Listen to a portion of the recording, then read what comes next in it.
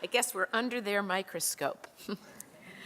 Now, in these meetings, I usually try to give you a broad overview of what's happening on campus, and I'm going to take a little bit longer this time because I do want to address both what's happening with respect to Silent Sam and other issues, and then also talk about all the other things that are happening, because any big, bustling university has many things happening at the same time. And I just would like to make a few comments about that. So over the it's been 5 weeks since the events in Charlottesville. And I know that with all of you, I've been sharing my concerns. You've been hearing Elizabeth's concerns and many others about how to keep our campus safe and how to also remain focused on our mission of education, research, and service to the state.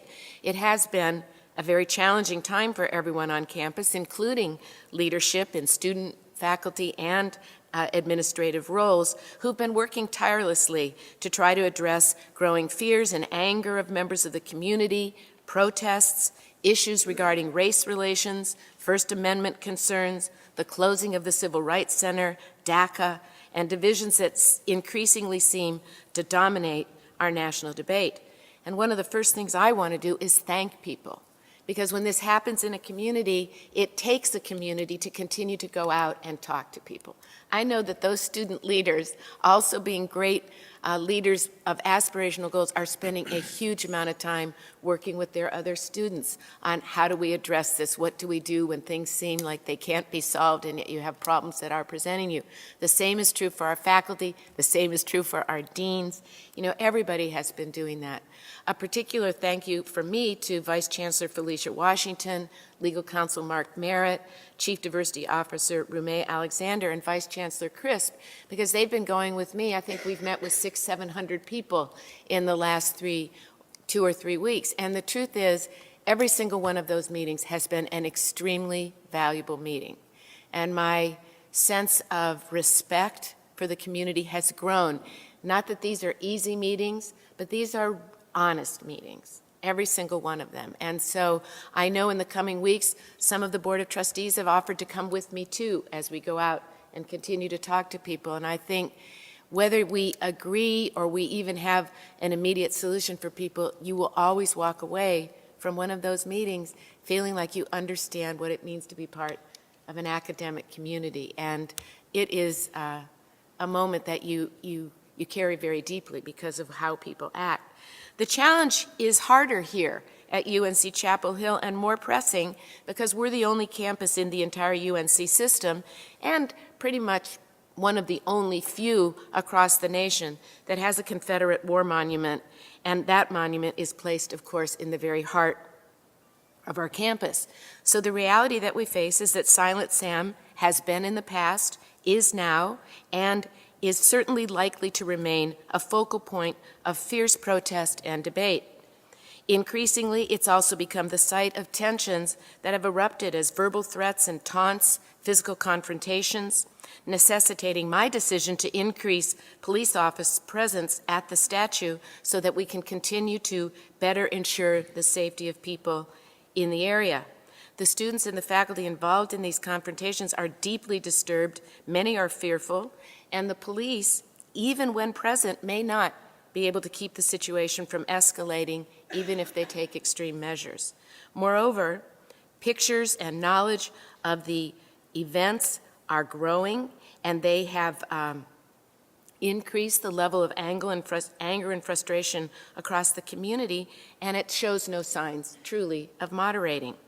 So I do believe that as long as Silent Sam stands in its current location, it runs the risk of continuing to drain energy and goodwill that we work so hard to maintain on our campus, and truly does distract us from reaching the important goals that we all share.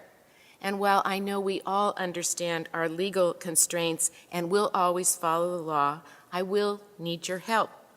I've stated publicly that if it was my choice, I would relocate Silent Sam based on concerns for public safety, but I don't have that authority under the law. Events in the ensuing weeks have only increased my concerns for the community. And after these hundreds of meetings, I certainly have learned and continue to learn a lot. There are sincere and conflicting sentiments that we all know need to be addressed if we're going to determine the best path forward for the community. For many on our campus and in the Carolina family, Silent Sam is a symbol of racism and white supremacist movement that needs to be removed. As the History Task Force, members of our history department who are experts in the area have delved in to the specific creation of this monument, looked at speeches at the founding and university documents revealed direct links to racism and white supremacy. It seems that relatively few people in the community knew these details before, but as they've been shared, many who were previously neutral on the statue have stated they feel it needs to be moved. Sentiments do change, and they are changing in this area. For others, it is a deep part of North Carolina's history that should not be forgotten, and many of them believe that it needs to be put into context as a historic reminder and an educational tool. And for still many others, it's a veneration of Confederate war veterans, family, ancestors who died serving their country and should be left alone, honored, and respected. It may be that there's no solution that will be acceptable to everyone, no solution that's going to make everyone happy, but that can't let us stop and hinder our efforts to keep moving forward and continue to find a way to have people in this community be successful, feel safe, and have their aspirations met. Although the legal options right now are limited, the School of Government has been asked to be a consultant to the Historical Commission as they continue their work in this area, and I'm very proud of that. I think they'll do an excellent job. I also want to say that I am so proud of what the History Task Force has done, and we'll do everything we can to accelerate this work and do a better job disseminating the findings of this as we move forward. We have great historians in our university who have been helping us work about this. We'll continue to listen. We are open to additional ways to improve the campus climate and to continue to share our own concerns and monitor safety for you and share that also with President Spellings. At our next meeting, I'm really pleased that you're going to do that open session. And I remember, like many of you do, how successful the interactions with the community were when we were looking at the changing of the name of Saunders to Carolina Hall, and when the board itself developed a far-reaching plan to contextualize the entire university.